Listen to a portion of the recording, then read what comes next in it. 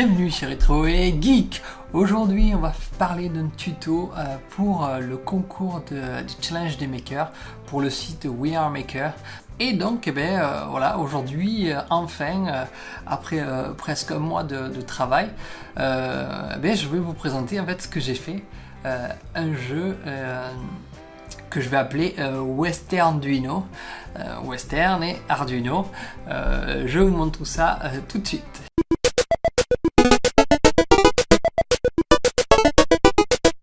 Le niveau pour ce tutoriel est beaucoup plus élevé que celui du feu tricolore, parce que ça demande pas mal de choses à faire et à gérer en même temps pendant la phase du jeu. Donc je vais t'expliquer tout ça, mais d'abord on va commencer par la liste du matériel. Alors en matériel, j'ai utilisé deux Arduino, deux mini Arduino Mini Pro, un 5 volts. Pour la partie, vu que c'est un jeu de tir en fait, Westerduino, la partie cible et la partie pistolet, donc il y en a un dans chaque dispositif. Donc après il nous faut 3 régulateurs de tension 5 volts L7805, 6 condensateurs 25 volts 10 microfarad pour aller avec les régulateurs, un condensateur 16 volts 470 microfarad pour les servos, 3 résistances 1 kΩ, 3 résistances 220 ohms, 3 photorésistances, c'est ce qui va servir de cible, 2 boutons, un petit bouton pour le pistolet en fait, pour pouvoir l'intégrer au pistolet, et un autre bouton qui va nous servir lui pour lancer la séquence de jeu. Et sûrement même un bouton on-off là que j'ai oublié de me rappeler, qu'il faudra rajouter sur le pistolet si on veut l'éteindre et l'allumer. Bon, moi j'ai mis une pile donc ça va. 3 cerveaux 9G S90, c'est le petit cerveau bleu le plus souvent. Un buzzer, c'est une option mais ça fait du bruit, ça rajoute quelque chose. Un transistor TIP120 pour aller avec un module laser 5 volts pour le pistolet. Un transformateur 12 volts. Minimum 1 ampère, voire 2 ampères, je crois que ce sera mieux. Après plus tard, moi je compte rajouter un affichage à ce jeu. Une pile 9 volts et de quoi la connecter. Et des fils. Alors je vais passer aux explications du câblage de la partie cible et de la partie pistolet. On commence par la partie cible. Alors il va nous falloir déjà pour cette partie cible un transformateur. Je pense que les piles 9 volts ça va être limite, donc un transformateur c'est plus que nécessaire. Donc un transformateur 12 volts au minimum 1 ampère voire 2 ampères, car plus tard je vais rajouter sûrement un affichage. Donc un transformateur 12 volts 2 ampères, ça fonctionne, ce sera parfait. Donc comment fonctionne notre schéma? Ici hop, on a nos régulateurs de tension 78 L7805. J'en ai mis 2 car en fait les servos ça attire pas mal de puissance, et en fait ces régulateurs ils chauffaient beaucoup, donc j'en ai mis au moins 2 pour être un peu tranquille, pour que ça puisse souffler. Plus tard peut-être je rajouterai des petits radiateurs dessus, mais là sur ma première version ça fonctionne, il n'y a pas de souci. Donc les régulateurs de tension, comment ça marche? Borne de gauche, on y envoie la tension externe. La tension externe qui arrive ici c'est du 12 volts. Ces régulateurs là ils peuvent aller jusqu'à je sais plus combien de volts, mais voilà, 12 volts sur la borne de gauche. La borne du milieu c'est la masse et le négatif, donc on la récupérer pour notre schéma. Et en borne de droite c'est notre 5 volts qui va sortir en fait de ces régulateurs. On y a ajouté 2 condensateurs par régulateur, c'est les condensateurs 25 volts 10 microfarad pour lisser la tension du 5 volts. Donc après, hop, ici on récupère notre tension, il y a encore un condensateur, c'est un condensateur pour nos servos, 470 microfarad 16 volts si je dis pas de bêtises. Donc ici, hop, on a notre 5 volts qui est en ligne. J'ai mes servos qui sont branchés sur le plus et le moins chacun. Et puis après, on va attaquer au concret. Alors, ce qu'il y a ici, j'ai un bouton, c'est le bouton Start. Ce bouton Start, on a un petit montage pull down ici. Donc la masse, une résistance de 1 kΩ relié entre la masse et en gros le pin de l'Arduino numéro 8. et le bouton d'un côté, et puis après le 5 volts de l'autre côté du bouton. Comme ça, quand on appuie, ça envoie du 5 volts à l'Arduino et ça récupère l'information. Après, j'ai mon petit buzzer qui est ici, qui est branché au pin 9 de l'Arduino, et le reste à la masse. On a ensuite des photorésistances ici que vous voyez. Alors les photorésistances sont branchées d'un côté au 5 volts, elles sont en série en 5 volts, peu importe. Donc quand vous allez faire votre schéma final, vous allez avoir plusieurs fils assez longs pour être branchés au niveau de ces photorésistances, parce qu'elles vont être branchées sur les cibles. Donc chaque photorésistance est sur du 5 volts, et puis après l'autre borne est branchée à une broche analogique de l'Arduino A0, A1 et A2. Et en plus, ces photorésistances, elles sont branchées sur la masse avec des résistances chacune de 220 ohms. Voilà. Attention, une chose assez importante sur les Arduino Nano, en fait sur les petits, là c'est des mini pro même, elles n'ont pas d'entrée V-in, donc ça veut dire que vous ne pouvez pas balancer du 12 volts directement dans votre Arduino, ça doit être du 5 volts. Donc ici, qu'est-ce que j'ai? Eh bien, je récupère le 5 volts de mes régulateurs de tension et je les envoie directement dans l'Arduino, parce qu'en fait moi j'ai envoyé du 12 volts dans un VCC et j'en ai grillé un petit, voilà. Donc ne faites pas cette petite erreur là. C'est du VCC, c'est pas du VIN, donc la tension qui doit être fournie ici c'est du 5 volts. Je sais qu'il y a même des Arduino Mini Pro en 3,3 volts, donc faites attention à la tension qui doit rentrer. On passe au câblage du pistolet. Donc ici, même principe du régulateur de tension avec les mêmes composants, sauf qu'ici j'envoie du 9 volts. On a sur les mêmes bornes. Le régulateur, je crois qu'il marche à partir de 7 volts si je dis pas de bêtises, pour transformer en 5 volts. Donc ici pareil, boum, on alimente notre petit Arduino avec le 5 volts récupéré. Petit montage pull down du bouton, c'est le bouton de tir branché au pin numéro 3 de l'Arduino, et le pin 4 lui est connecté à une résistance d'1 kΩ qui est connecté à notre transistor TIP120, c'est NPN. C'est lui qui va faire office de, entre guillemets, je ne sais pas si vous connaissez le principe du relais. Donc quand on va lui envoyer une tension, il va laisser passer le courant pour alimenter ce qu'on veut. Donc ici, hop, borne de gauche, c'est là où on envoie du positif. La borne du milieu, c'est la borne qui est reliée à notre laser, et la borne de droite, c'est à la masse. Et notre laser est bien sûr relié au 5 volts parce que c'est un laser 5 volts. Donc voilà, là j'en ai terminé niveau câblage et explication de voilà les composants qu'on va brancher actuellement.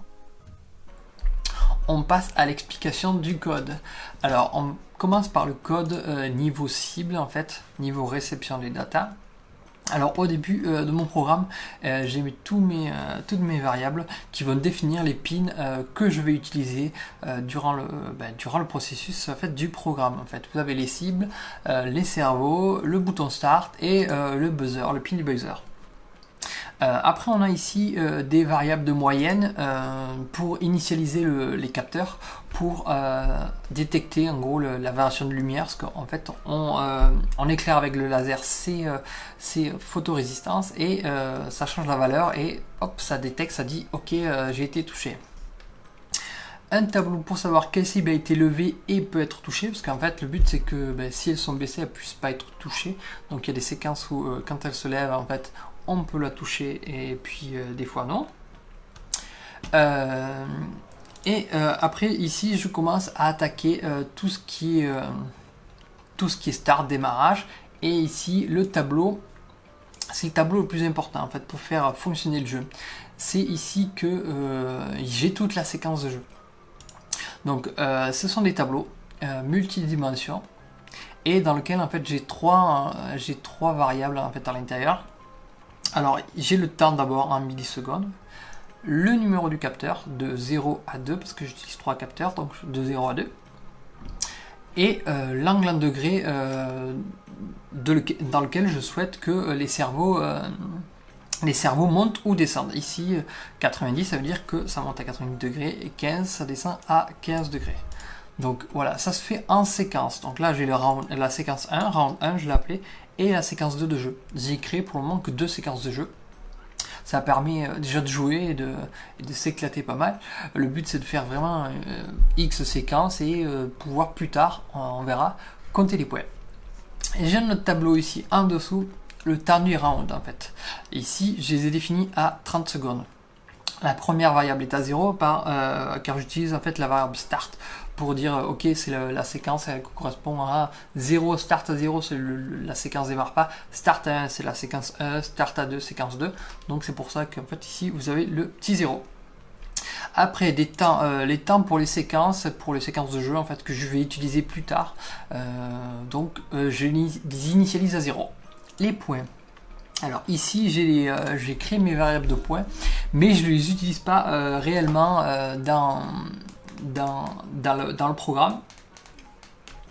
Je vais les réutiliser plus tard, mais actuellement ça compte les points, ça fait le total, mais c'est pas utilisé. Mais ce sera à toi, si tu as envie, de l'utiliser, de faire un compte des points, mais je le ferai plus tard dans une autre version. Quand j'aurai un peu le temps, je passerai à autre chose après ce tuto, mais je vais le continuer, ce sera un petit projet sur la longueur. Alors, après ce que j'inclus, alors j'ai des includes, j'ai les pitchs ici, les pitchs correspondent aux notes du buzzer. En fait, ça va aller chercher la variable que j'ai nommée et ça va le remplacer par la valeur qui est ici sur la droite. Et puis après, j'appelle aussi la bibliothèque des cerveaux pour commander mes cerveaux. Ensuite, j'appelle ici mes cerveaux, mon cerveau 0, mon cerveau 1, mon cerveau 2, et je les mets dans un tableau qui va me permettre de les réutiliser plus tard, et en appelant ce tableau, je vais pouvoir appeler mes différents cerveaux dans mon programme. On continue avec les variables. Ce sont des variables pour jouer les différentes mélodies du jeu. Pour le moment, il n'y en a que 2. On va les voir juste après. Donc ici, ce sont des variables qui permettent d'initialiser, de tout caler. Donc ici, mon tableau de mélodies. J'ai 2 mélodies ici.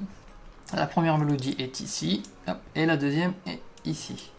Donc voilà, je vais pouvoir les jouer différemment dans la partie. Et aussi on a la durée des notes en fait. Chaque note aussi a une durée.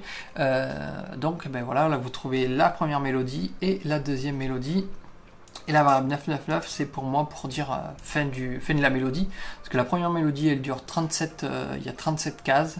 Et la deuxième il y en a beaucoup moins, je sais plus combien. Mais pour dire à mon programme, ok, ne cherche plus à jouer de la mélodie, c'est terminé le tableau. J'ai défini une valeur à 999. Ensuite, j'ai le setup. Dans le setup, initialisation du céréal, c'est pour moi. Encore là, le programme, je voulais épurer, je vous enlevais beaucoup de print au niveau des céréales. Parce que quand on développe, n'hésitez pas à mettre beaucoup de print pour pouvoir voir ce qui se passe dans le programme. Parce que des fois vous allez être perdu, parce que vous allez vouloir des fois rajouter des choses au fur et à mesure, et quand on commence à être dans un programme assez complexe qui demande beaucoup d'interaction sur différentes choses, c'est vraiment pratique. Donc ici j'initialise mes pins des cibles en entrée, et pareil pour le bouton start. On commence en fait avec, ici j'ai commencé à créer une fonction. Un lock cerveau, ça permet d'attacher les cerveaux au pin et de les initialiser à 15 degrés en fait, pour les mettre à plat, pour qu'il n'y ait pas de souci que si jamais ils sont démarrés, qu'ils soient en l'air, ça les remet tous à zéro, tout est à plat. Donc j'attends une seconde et après je lock cerveau. J'ai créé une fonction qui s'appelle lock cerveau qui va détacher les pins des cerveaux pour éviter que ça tremble, pour éviter que ça bouge et que on commande plus rien pendant les cerveaux, pendant que voilà, quand on fait rien, on les lock comme ça, on n'en parle plus et on est tranquille. Ici on a une variable d'initialisation que j'ai commentée, que j'ai utilisée au début pour savoir à combien étaient mes valeurs, mes variables de lumière. Et maintenant on va attaquer le loop, la boucle. Donc ici j'ai un petit contrôle pour regarder si mon bouton start est appuyé. Si le bouton start est appuyé, j'arrête de jouer de la musique parce qu'il y a de la musique et jouer toutes les X 60 secondes en fait. Je joue de la musique pour dire attention je suis allumé, etc. Et je mets mes points à 0. Donc c'est le bouton qui va dire ok on démarre. Donc start, ici j'ai un switch, donc si start égale à 1, on va appeler le démarrer round. Démarrer round, c'est ma fonction qui permet d'embarquer le temps de la séquence de round et le round complet, la séquence de round. Donc je l'ai fait en fonction, comme ça au moins je peux envoyer n'importe quel round et ça va le jouer, en fait ça va lancer la séquence de jeu. Donc l'étape 1, le round 1, le round 2. Là j'ai mis une petite pause parce que il y a la musique qui dit fin du round et ça rattaque après avec la musique du start du round, en fait, du démarrage du round. Donc ok, j'ai mis un petit délai. Donc par défaut, en fait, si on est hors des cases de start, je joue une mélodie toutes les 60 secondes, en fait. Donc ici il y a une condition pour contrôler que le temps mélodie qui est dans la géomusique, il dépasse 60 secondes, ça fait plus de 60 secondes que j'ai joué. Allez, je relance la mélodie. Il y a le numéro de mélodie, voilà, et l'enclencheur de mélodie ici, et le numéro de note à 0 et note before, c'est aussi pour savoir quelle était la note d'avant. Parce qu'en fait, la séquence de mélodie, en fait, j'ai créé la partie jouer musique pour que ça puisse faire d'autres actions en même temps. Ça veut dire que je peux jouer de la musique et récupérer les états des capteurs si j'ai envie, en fait. Pour éviter que ça bloque la séquence de jeu, que si j'appuie sur start, ben ça start, quoi.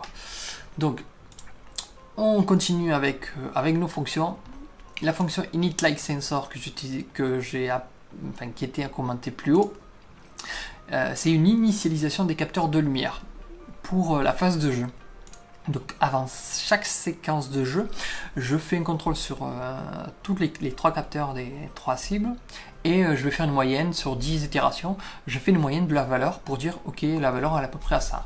Comme ça, en fait, je vais utiliser cette valeur là de moyenne pour dire attention, si la valeur actuelle au moment du shoot à l'activation de la cible, hop, elle dépasse de la moyenne plus, j'ai mis 50 actuellement. Eh bien, ma cible est considérée comme touchée. Donc là, je fais ça pour les 3 cibles. Une autre fonction, pré-start. Avant le démarrage d'une séquence, je fais un pré-start. Donc, je mets le point de la manche à 0, du round, en fait. Comme ça, on peut lancer pas mal.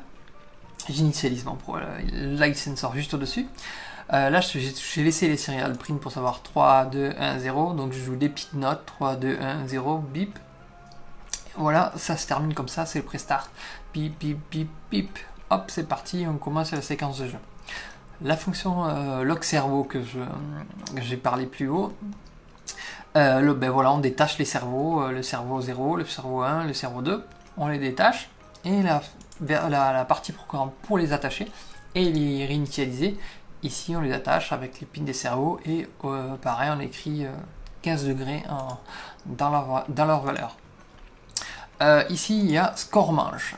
Score manche, ça termine à chaque fois, à chaque fin de séquence de jeu. On appelle score manche. Ici il n'y a pas grand chose pour le moment. Je vais jouer une mélodie mais qui est plus courte que celle d'attente de jeu, en fait. Elle est beaucoup plus courte. Donc j'initialise mes variables pour que la mélodie puisse être jouée. C'est la mélodie numéro 1 et pas la 0 qui est jouée de base, en fait. Et donc en fait, tant que musique est à vrai, je vais boucler sur musique pour que ça joue la musique. Là vraiment on fait de l'attente, en fait. On laisse la musique tourner et après on s'occupera de la suite. Là c'est comme si j'avais mis une pause le temps que la musique se joue. Et j'affiche le score de la manche. Ici, c'est pas visible, en fait, il faut être connecté en serial, mais on va l'utiliser plus tard, en fait. Moi, je l'utiliserai, la variable des points de manche, dans l'afficheur que je veux mettre à côté pour le rendre vraiment sympa, ce petit jeu. Donc voilà, score manche, boum, on imprime, etc. La fonction essentielle au programme, c'est le démarrer round. C'est là que contient la séquence de jeu et tout ce qui est le cœur du programme. Donc, comme je l'ai dit un peu plus haut, ici, les variables temp, tempo, pour savoir combien de temps va durer la séquence de jeu, et temporary qui contient temporairement la séquence de jeu complète. Donc, comment ça fonctionne? Ici, je débloque d'abord les cerveaux. Je fais un pré-start pour initialiser les valeurs, faire le bip, bip, bip, bip. et ben, je lance le temps de début, le temps de séquence et les étapes de séquence. Parce qu'en fait, ça fait par step. Ça fait par temps, mais pas qu'avec le temps, ça fait par étape aussi. Parce que à la même seconde, je peux appeler plusieurs cerveaux. Donc en fait, il fait par step, tac tac tac, tac de mon tableau. Donc c'est important en fait que les rounds en fait vous mettiez bien dans l'ordre chronologique. Parce que sinon, ça va faire un petit peu n'importe quoi. Ça va fonctionner, mais ça va faire n'importe quoi. Donc, tant que le temps ici, ma boucle while, tant que le temps n'est pas terminé, ok, on va boucler et on fait les séquences. Voilà, ne cherche pas à prolonger trop dans le programme, sache que ça prend les séquences. Ça active les cerveaux quand il le faut. Ça regarde que ça active le capteur de cerveau, enfin, le capteur de lumière de la cible qui est sélectionné au moment où le cerveau remonte, c'est-à-dire attention, il est en train de monter, j'active la cible, elle peut être touchée, par contre quand elle redescend, elle n'est plus active. Donc c'est grâce à ça en fait, avec ces fonctions-là, que je peux dire ok, elle est active, pas active. Et ici, en fait, j'ai chaque fonction, le cible capteur, pour dire, ok, la cible est autorisée, donc est-ce que la valeur qu'il y a dans cette cible-là, elle est supérieure à la moyenne plus 50 en fait. Donc je lis la valeur de la cible, ici la cible 0, je prends la valeur moyenne de la cible 0 et ben, je dis plus 50. Si le laser touche ce capteur, la valeur va être supérieure à 50 de la moyenne. Donc à partir du moment où c'est fait, mon cerveau a été touché, je compte un point de manche. Le cible capteur, je le remets à 0 pour éviter de pouvoir tirer plusieurs fois. On ne sait jamais, hein, il suffit d'être au pistolet dessus. Vu que ça tourne extrêmement vite, les itérations au cœur du microprocesseur Arduino, eh bien, en fait, on pourrait toucher plusieurs fois la cible. Là, on la touche qu'une fois. Et si mes cibles touchent, on pourra peut-être après l'afficher dans l'afficheur, en fait, si on met un affichage plus tard. Et un petit tone buzzer pour faire bip, pour dire touché. Voilà, donc là c'est pareil pour le capteur, là c'est capteur 0, capteur 1, capteur 2. Et voilà, là on sort de la boucle ici. À partir du moment où on est sorti de la boucle, start plus pour dire attention, imaginons je suis à la séquence 1, start plus, ça va passer à la séquence 2. Et puis à 2, à 3. À 3 ici il n'y a pas de séquence, donc ça fait une séquence défaut, donc ça va jouer de la musique. Donc quand on appuie sur le bouton start, ça repartira à 1. Mais là on ne peut pas sortir de la boucle de start. On lock les cerveaux pour dire ben, on les utilise plus, donc ils sont en bas, de toute façon on les utilise plus, et on affiche le score de manche. Voilà, l'autre fonction qui est essentielle, on va dire oui et non, mais ça pourrait être intéressant aussi peut-être de le mettre en séquence de jeu, c'est jouer de la musique. Donc ben, la fonction est assez simple. Si boule mélodie est égale à 1 et que la note est à 0, on va dire, la première note est à 0, on enclenche le temps mélodie et on va itérer toutes les X millisecondes pour voir ok, est-ce que le temps est dépassé, on peut jouer la note suivante, etc. Donc voilà, ici pareil, voilà, une fois que je suis à la note 999 ou que je suis arrivé à la fin du tableau de la mélodie, eh ben, je sors de la boucle, je dis ben, false ici. Voilà, et dernière petite fonction, stop musique, ça arrête la mélodie. Boule mélodie à 0, ça remet la note à 0, boule mélodie 0 pour dire voilà, tu repars sur ta séquence de musique basique, simple, et voilà. Donc le programme est vraiment assez lourd comparé au feu tricolore, mais en fait vous voyez, il est nécessaire en fait pour le fonctionnement du jeu. J'aurais pu ne pas mettre de la musique, mais ça rajoute quand même quelque chose un petit peu au jeu, en fait, le fait que ça bip, etc. Et je pense que plus tard, je vais en rajouter encore pour que vraiment ce soit beaucoup plus fun, quoi. Mais bon, on commence. Il faut commencer par quelque chose de fonctionnel qui va nous satisfaire, et après on verra plus tard ce qu'on rajoute. Là, c'est le minimum viable pour que cela fonctionne. Maintenant, je vais te parler en fait du pistolet. En fait, le petit programme du pistolet est vraiment beaucoup plus simple. Il n'y a pas grand chose dedans. J'ai pas mis de buzzer. On pourra peut-être plus tard remettre un buzzer, mais en fait, moi j'utilise, enfin, on va dire, je compte Voilà, le truc du clic clic clic, on va dire ça fait le bruit un peu du pistolet. Je verrai plus tard, on rajoutera peut-être le buzzer, mais là on se concentre sur l'essentiel. Donc programme du pistolet, pin bouton, les pins boutons et les pins laser 3 et 4. Un boulet, un shoot laser pour dire attention tu as appuyé sur le bouton plus tard, et le multi-shoot pour éviter qu'on shoot plusieurs fois, que le laser reste continuellement allumé.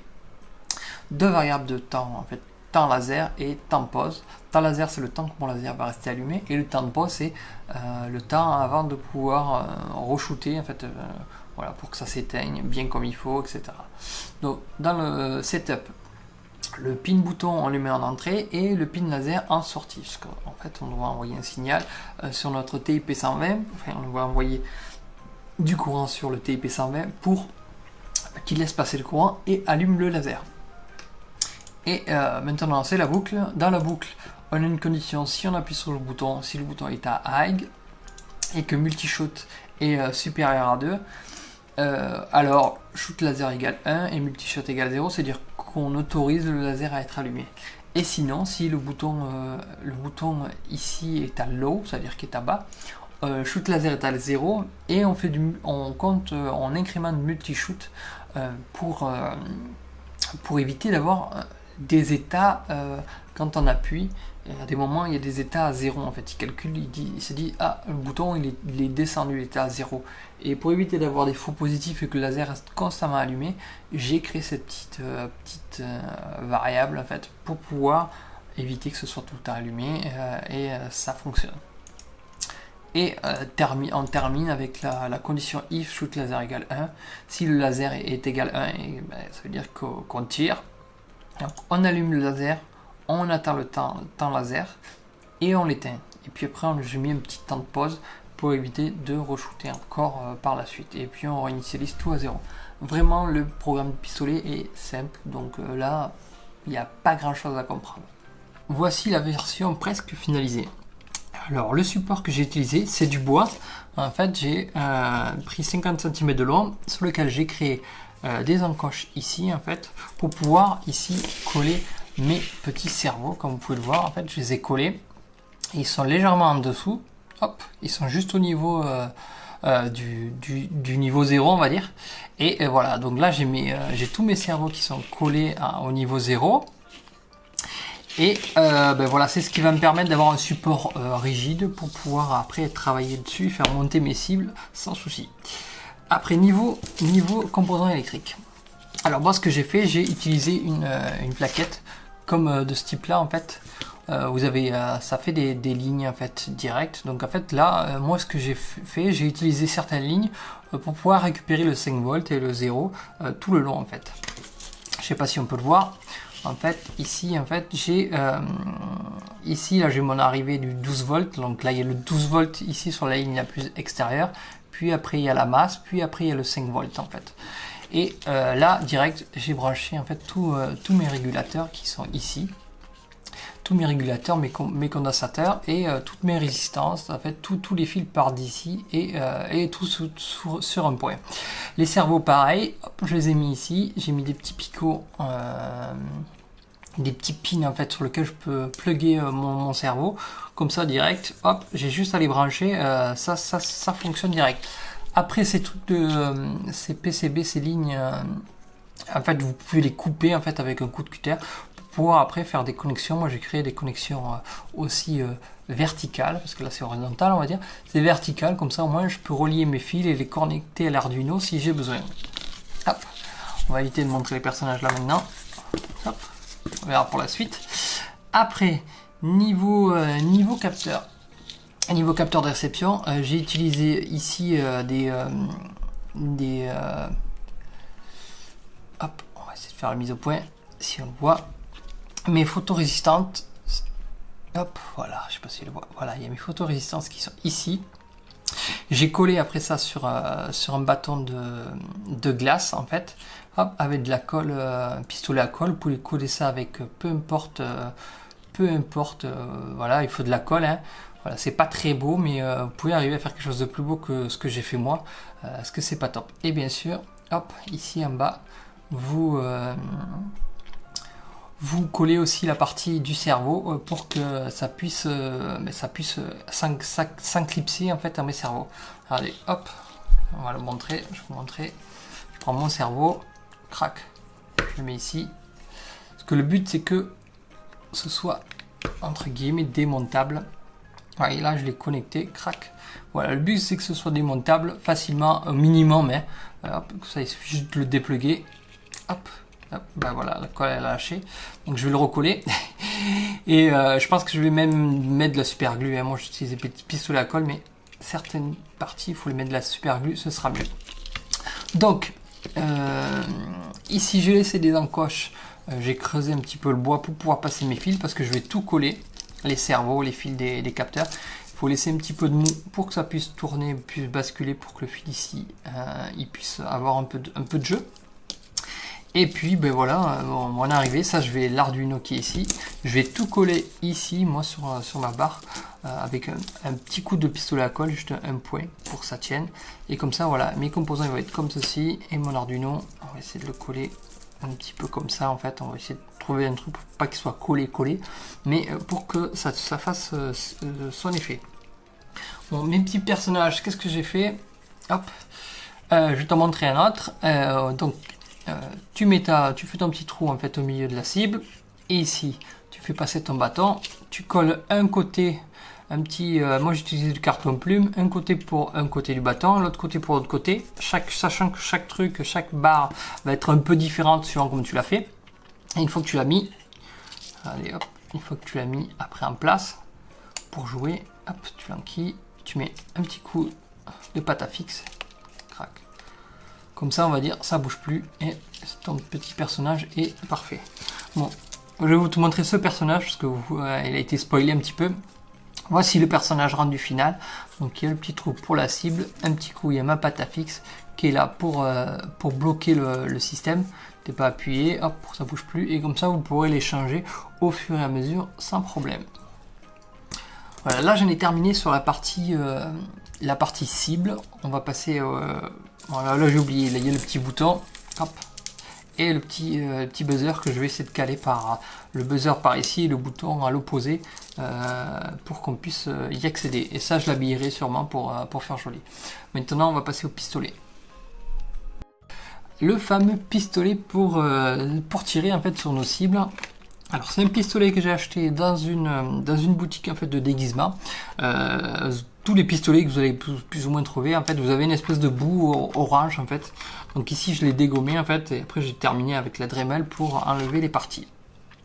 Aussi ce que j'ai fait avec la Dremel ici, en fait j'ai fait un trou pour pouvoir passer la batterie. Parce qu'il y a une pile 9 volts.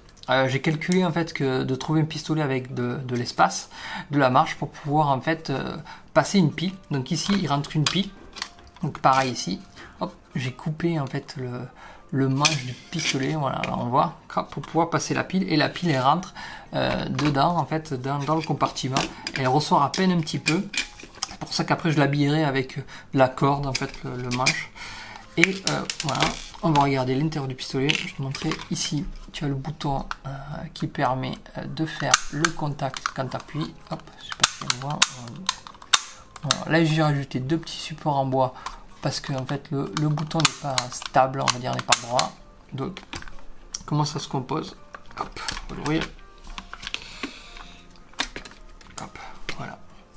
Donc on retrouve ici mon module laser que j'ai entouré en fait pour qu'il soit un peu stable, pour qu'il tire droit. En fait j'ai mis du carton, mais en fait vous pouvez acheter des lasers un peu plus gros, parce que moi j'en avais un autre mais j'ai pas fait attention. Hop, un laser qui est de taille beaucoup plus conséquente, et ça permet d'avoir quelque chose de plus stable. Et j'aurais peut-être pu utiliser celui-là à la place de celui-là qui est tout petit.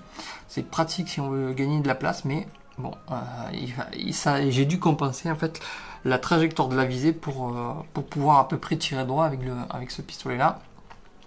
Donc qu'est-ce qu'il y a dedans? On retrouve ici mon Arduino, ici le régulateur de tension. Hop, les petits régulateurs de tension que j'ai fabriqué, que j'ai soudé. Là j'ai fait le direct, j'ai mis du scotch, mais le mieux ce sera mettre du vernis. Donc mon Arduino, il y a la résistance ici pour pour le... Je crois que c'est le bouton, si je dis pas de bêtises. Je crois que ouais, c'est le bouton. Et après ici, vous pouvez voir, il y a le TIP 120. C'est lui qui va pouvoir laisser passer le courant pour le laser quand on va appuyer sur l'Arduino. Comme ça consomme pas de... L'Arduino peut délivrer une petite tension, mais pas après trop forte tension. Donc c'est pour ça qu'on utilise un transistor qui va faire office de relais en fait. Donc voilà, le pistolet et le montage est assez simple. Donc on utilise le mécanisme du pistolet pour pouvoir tirer et tout est collé, on va dire plus ou moins, pour pouvoir faire fonctionner ce petit jeu. Et maintenant, le moment que vous attendez tous, la démonstration du jeu en action.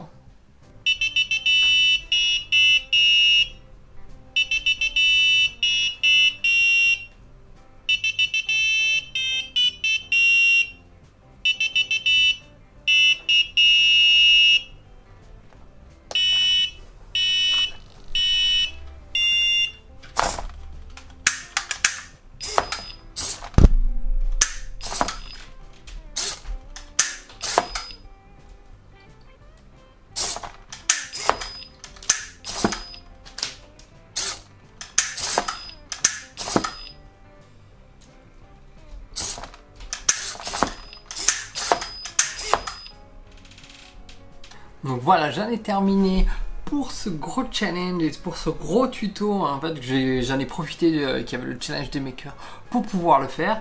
Donc maintenant, j'ai mon petit jeu ici que je vais devoir retravailler parce qu'en fait, il n'est pas magnifique. Enfin, certaines choses sont magnifiques, mais il y a ça ici, l'habillage, à faire vraiment quelque chose d'assez sympa. Et d'arriver à avoir vraiment un jeu dégaine en fait, comme on dit, un jeu vraiment sympa. Ouais, hop. Et vraiment ça va éclater vos enfants en fait de pouvoir concevoir en fait un jeu, de montrer qu'en fait on arrive à fabriquer des jouets. Moi je trouve ça magnifique, je trouve ça exceptionnel de faire ça. Donc vous aussi maintenant vous avez de quoi faire en fait, vous avez le code, je vous donne tout le code en fait pour pouvoir jouer et pour pouvoir le faire. Donc éclatez-vous. N'hésitez pas à poser vos questions s'il y a des parties de code que vous n'arrivez pas à comprendre, à me suivre, à m'encourager, à liker, voilà, et à commenter, c'est surtout ça, partager, parce qu'en fait c'est la passion, en fait, c'est de créer des choses, c'est vraiment passionnant de partir de rien, en fait, d'avoir quelques composants par-ci par-là et d'arriver à faire ce qu'on a envie au final, à créer quelque chose de super joli et fun quoi. Donc moi je vous dis à très bientôt. Je vais continuer plus tard à l'améliorer en fait pour que on puisse avoir de l'affichage en fait, pour vraiment encore plus donner un côté interactif au jeu.